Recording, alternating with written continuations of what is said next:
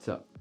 I'm Carlo, and today's video is about being a production assistant on set and how that could help you become a better filmmaker and cinematographer. I'm going to share a few quick tips. Also, I'm going to share my experience, and hopefully you guys get something out of this, so make sure you hit the like and subscribe button.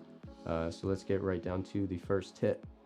Tip number one is to be punctual. As a production assistant, you are there to help anyone and everyone. So if the call sheet says arrive at 8 o'clock, arrive at 7:30, because people might be there early who need help. So your job is to be there to help. So if you can get there early to help, that'll help you build relationships and build trust with people on set, so they can count on you to help them with all the other different aspects of filming.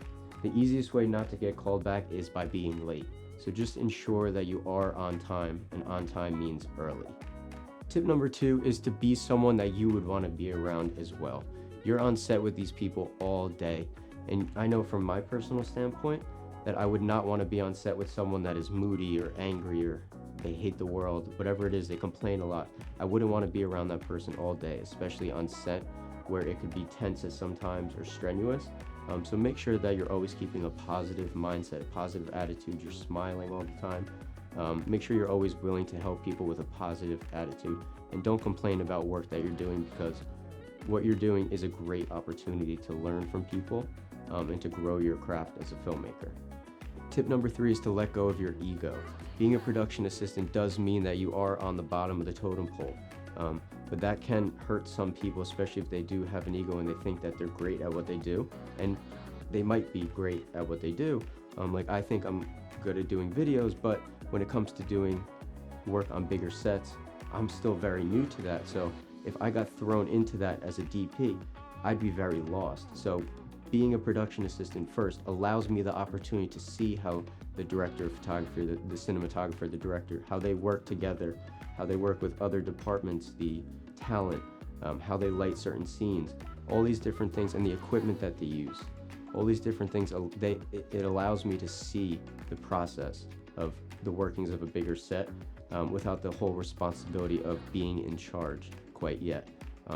So let go of your ego. You may think you're great, but take this time to actually humble yourself and realize that you're not where you want to be right now, but that's okay.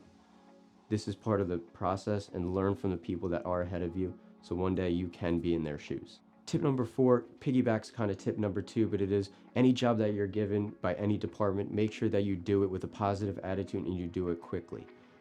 You don't want to be the person that everyone is waiting around on set for to continue. So make sure if you're given a job, do it quickly, do it efficiently, and do it safely. Because that'll help you build trust with the different departments, so they can trust you to grab things quickly and efficiently, so the whole set can move smooth throughout the whole entire day. Tip number five is to bring essentials with you as a PA. Whenever I'm on set as a PA, I bring a small backpack with me. I bring a bunch of pens. I bring a bunch of pieces of blank paper. I bring chargers for Android and iPhone, a portable charger as well as a wall-mounted charger. I also bring snacks like granola bars, just in case we're on a long drive and there isn't snacks readily available. I do have those in my bag in case anyone does get hungry.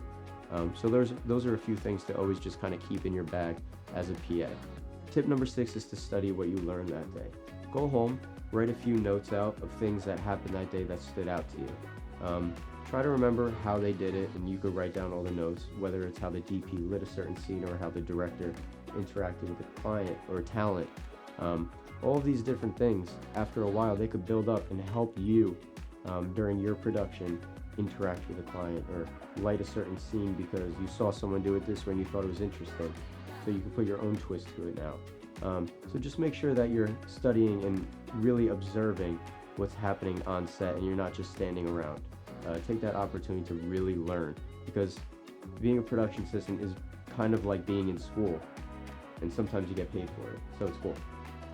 Being a PA on set really improved my cinematography by observing the DPs on set who are well above where I am currently.